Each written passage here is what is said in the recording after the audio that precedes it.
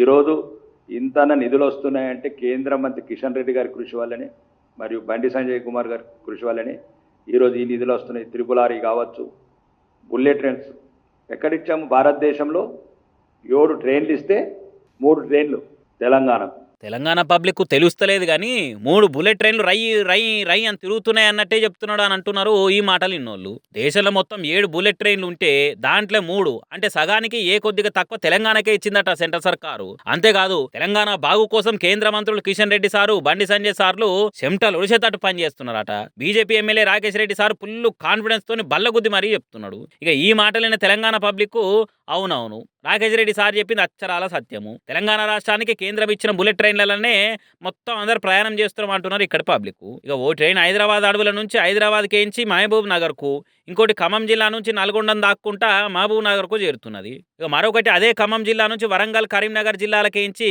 ఆదిలాబాద్ చేరుకుంటుంది.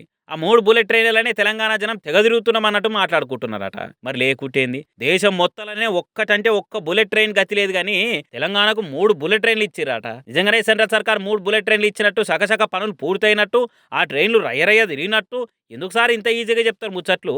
Metro second ఫేజ్కే okay చెప్పకుండా ఈ ఉద్ర మాటలు ఎందుకు సారు అని అంటున్నారు బుల్లెట్ ట్రైన్ల ముచ్చటిన్నోళ్ళు. ఇక కేంద్ర మంత్రులు బండి సారు, కిషన్ రెడ్డి సార్లు సెంట్రల్ సర్కార్కి వెళ్ళి ఎంతగానో నిధులు తీసుకొస్తుర్రో 12 సంది చూస్తూనే ఉన్నాం సార్ అని అంటున్నారు. చెప్పుకునే దానికి సెంట్రల్ సర్కార్ నుంచి ఇగో ఈ ప్రాజెక్టు తెచ్చి తెలంగాణను డెవలప్ చేసినామని ఏమన్నా ఉన్నదా సారు అని అడుగుతున్నారట ఈ 3 బుల్లెట్ ట్రైన్ల ముచ్చట తెలిసిన తెలంగాణ పబ్లిక్.